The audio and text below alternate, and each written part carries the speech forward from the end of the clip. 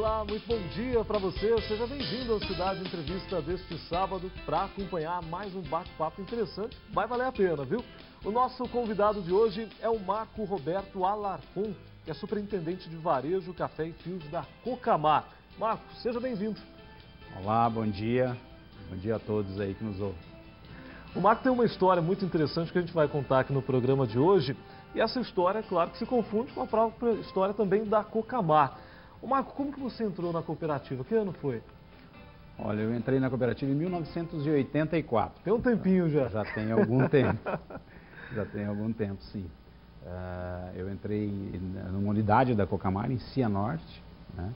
Eu tinha acabado de terminar aí o segundo grau e já foi o meu primeiro emprego, foi a Cocamar. E que cargo você ocupou naquela época? A minha família tradicionalmente trabalhava com café na época. Então a gente vem, meu pai, meu irmão trabalhando com café. E eu entrei na Cocamar para fazer compra de café dos produtores da Cocamar.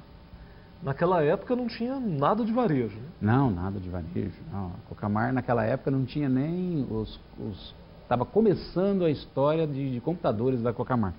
Né? Nós fazíamos, naquela época era tudo com máquina de escrever, telex, a comunicação era por telex. Então é algo inimaginável para quem tem 20, 15, 20 anos hoje aí, algumas coisas que a gente tinha naquela época. Né? E o que mais você se recorda daquela época? Olha, era uma época onde se usava muito mais gente. Né? A tecnologia trouxe para o mercado de trabalho uma evolução muito grande. Na verdade, o rendimento das pessoas aumentou, a tecnologia trouxe essa possibilidade. Então, naquela época, eram muitos funcionários. Igual se você pegar uma história de alguém que é de banco, né, é só olhar quantos funcionários existiam em bancos. Naquela época, uma agência bancária tinha lá 40, 50 funcionários. Hoje deve ter não sei quantos, mas 10, 12, 8. Isso não era diferente na Cocamar. Existia muita gente, porque as operações eram muito manuais, né, a comunicação era bastante precária, né, então precisava de muita gente para poder trabalhar. Agora você entrou em 84, que foi o ano da Diretas Já. Como que era o cenário político? Já que a gente está num período que se discute muito isso, como que era aquele período? Bom, era um período que existia aquela questão, né, uma expectativa muito grande da saída do governo militar. Então, eu acho que a gente foi, na época eu tinha 18 anos, então a gente foi muito influenciado por realmente querer um clima de liberdade, né? Mas ainda, vamos dizer assim, se temia muito, né? Não se tem a liberdade de hoje que você tem de ir às ruas, de protestar, de poder manifestar a sua opinião, a imprensa, com toda a liberdade que existe hoje. Não era assim naquela época. Era algo mais velado, onde você torcia muito, mas tinha um pouco de receio em poder manifestar abertamente todas as opiniões. Mas se vivia um clima de euforia por ter algo diferente para o país. E no âmbito empresarial? No âmbito empresarial, as empresas naquela época era muito diferente de hoje, né? O estilo de administração mudou muito, né, desde 1984 até agora. Então, normalmente nas empresas era um estilo mais antigo, ainda dessa questão de onde a produtividade ela não era tão valorizada, porque você não tinha controle. Para você poder ter eficiência nos seus processos, você tem que ter controle. E naquela época, os controles eram bastante limitados. Como que tudo foi mudando, inclusive na sua trajetória? Qual foi o seu segundo cargo ali na Cocamar? Olha, em 1986, a Cocamar abriu uma unidade em Terra Boa, que era próximo, né? E eu fui para lá para ser um gerente administrativo daquela unidade, né?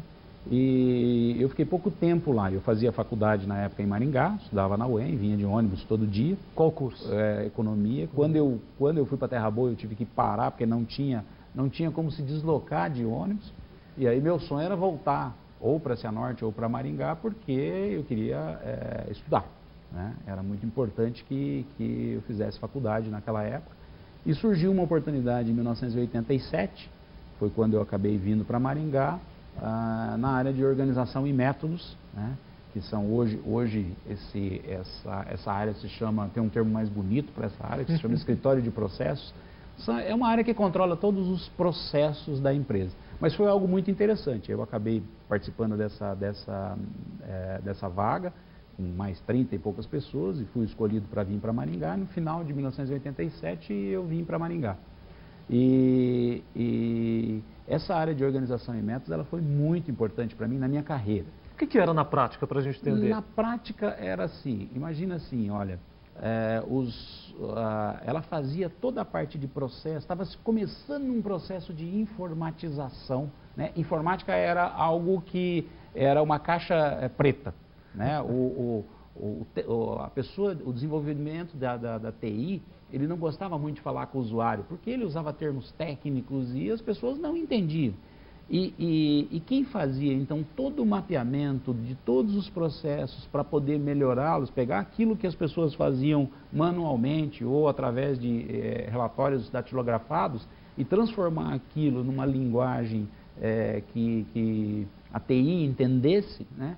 Era o analista de OIM, de organização e métodos, fazia isso. Então isso foi muito interessante porque acabou me abrindo a visão, porque obrigatoriamente eu participei de vários processos. Então todo o processo de compra de produtos de produtores, todo o processo financeiro que envolvia essas questões, a gente participou do desenvolvimento disso. E daí a coisa mais legal em termos profissionais, que é depois de ir colocar isso para os funcionários, para os usuários. A gente chegava a passar lá 1 mês, 2 meses, ensinando as pessoas e dizer o seguinte: ó, esse computador não morde, tá? Você vai operar dessa forma aqui, e isso é simples, isso é tranquilo, não tem muito segredo, não. Vou te ensinar de uma maneira muito simples. E assim que foi se acostumando. Quem pega hoje um notebook, até uma criança de 4, 5 anos, ela já é curiosa e já mexe. Mas não era assim naquela época, era uma outra visão, né? As pessoas tinham medo da tecnologia. Tinham só medo ou resistência também? Tinha um pouco de resistência também, mas eu diria mas depois que pegava... eu diria que era muito mais medo do que só resistência. Porque também as pessoas viam os benefícios que a tecnologia trazia naquela época, né? Então eu acho que essa foi uma fase muito bacana da minha vida profissional, porque eu pude, ao mesmo tempo que eu ensinei, mas eu aprendi muito por ter que olhar detalhadamente cada um dos processos para transformar isso numa linguagem que as pessoas entendessem. Você viveu toda essa transição. Toda essa transição, isso foi muito bacana. E nessa época já se falava em varejo na Cocamar ou ainda não? Já se começava a falar em varejo. A fábrica de óleo na Cocamar a gente tem desde 1978, né? Mas a gente não estava atuando em varejo nessa época. Se produzia óleo bruto e se vendia óleo bruto, normalmente se exportava esse óleo. O varejo na Cocamar começou com um óleo aí por volta de 1984, 85, e a Cocamar sempre foi muito pioneira em algumas coisas, né? Às vezes as pessoas até não sabem, muita gente não sabe hoje que o suco Purity é da Cocamar, né? Porque tem as marcas de varejo, ou que a maionese suave é da Cocamar, mas a Cocamar sempre foi muito pioneira nessas coisas. Então, eu vou dar um exemplo de óleo.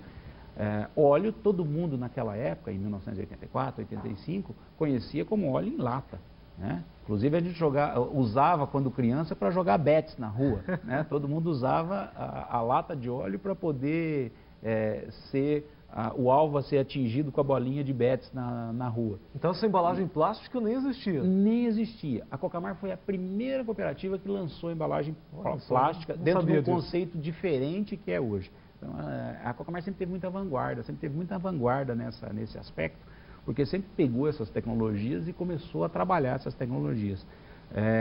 Nós lançamos na época uma garrafa em PVC. A gente costumava, eu me lembro de algumas coisas engraçadas, porque na época a gente começou a vender óleo e se vendia óleo aqui para Minas Gerais, São Paulo, Rio de Janeiro. Então quando se mandava óleo para Minas Gerais, lá tem muitas cidades onde a topografia é bastante acidentada, né? E esse óleo vazava muito a tampa, porque o PVC, diferente do PET, que tem uma consistência melhor, ele não tinha, na época, a tecnologia não permitia uma vedação completa da tampa. Então, dependendo, se apertasse muito a garrafa, ele chegava a vazar. E a gente brincava que quando mandava para Minas Gerais, que o caminhão ficava numa subida daquela, começava a escorrer óleo do caminhão. Então, foram alguns aprendizados e a tecnologia se desenvolvendo, rapidamente isso mudou. E hoje você tem uma tecnologia totalmente perfeita em relação a PET. Do PVC se evoluiu para o PET, mas o importante é dizer assim, a Cocamar ela foi a primeira a usar essa tecnologia quando todo mundo ainda usava lata. E do PVC se passou para as embalagens atuais hoje de PET. Então foi o começo da história de varejo da Cocamar. Ô Marco, então no início a gente ouviu o Marco na parte administrativa, nesse processo de transição e da tecnologia que você contou. Falou um pouquinho sobre o varejo, mas eu quero saber como foi a sua entrada no varejo. A minha entrada no varejo, ela foi um pouco mais tarde. Dessa área de tecnologia, em 1988, eu acabei vindo para a área comercial no final de 1989. Né? Então comecei a trabalhar com soja, milho, trigo, farelo de algodão, mas voltado ao mercado interno no princípio e nos próximos anos voltado para mercado de exportação. Eu fiquei nesse mercado até 1995. Foi nesse período, conforme você citou, que eu fui fazer uma especialização nos Estados Unidos. Eu estudei na Universidade Estadual de Memphis, em 1994, mas não era ainda voltado para a área de varejo. Era mais comercialização de soja em bolsa, exportações de navios de farelo, comercialização no mercado interno. Nos Estados Unidos, nessa época, foi muito interessante, foi uma experiência bastante interessante, porque é uma cultura diferente, você tem que se adaptar àquela cultura diferente. O inglês foi extremamente difícil no começo, porque nessa região, nos Estados Unidos, da mesma forma que no Brasil, as pessoas falam o português de maneira com sotaques diferentes, de maneiras diferentes. Vocabulário próprio. Vocabulário próprio. Essa região central dos Estados Unidos é o caipirão lá nos Estados Unidos. Então, realmente é bastante difícil. E eu tenho uma história interessante, porque quando eu fui para lá, primeiro nós pousamos em Miami e depois nós fomos para Memphis. E quando estava em Miami, você ainda escutava espanhol e tal, e eu tinha estudado inglês já há uns 5, 6 anos, já utilizava. Meu inglês não era um inglês muito avançado, mas eu tinha capacidade de poder entender e poder me comunicar de maneira relativamente tranquila. Mas você toma um susto. Quando você chega lá, que tem algumas palavras que você não entende, parece assim, que nada daquilo que eu tinha aprendido, sabe quando dá um branco? Né? E o que eu fiz? Eu fiquei num hotel dentro da própria universidade. Eu me lembro muito bem dessa história, eu cheguei 10 horas da manhã, eu fiquei no meu quarto trancado, assistindo televisão das 10 da manhã até as 8 da noite, para tentar acostumar o meu ouvido. Falava, não é possível, eu entendo isso aqui, deixa eu pegar e ficar o dia todo aqui. Então, foi muito engraçado. Aí lá pelas 8 da noite, quando eu já estava conseguindo entender praticamente 100% do telejornal, que é uma das coisas mais difíceis de você entender nos Estados Unidos, eu falei, não, agora... Aí acho que também passou aquela pressão, você relaxa, né? Aí, lógico, o seu aprendizado... Aí volta a mente. Mas foi muito engraçado, foi quase um dia ali daquela tensão de, nossa, e agora, o que eu vou fazer? Como é que eu vou entender as aulas? Como é que eu vou... né? Mas eu estava preparado para aquilo e foi tranquilo depois. Mas foi uma história interessante aí. Daqui a pouquinho eu vou querer saber mais sobre a evolução do varejo na Cocamar e como que a cooperativa está vendo esse momento atual do Brasil. Mas é logo depois do intervalo. Continue com a gente.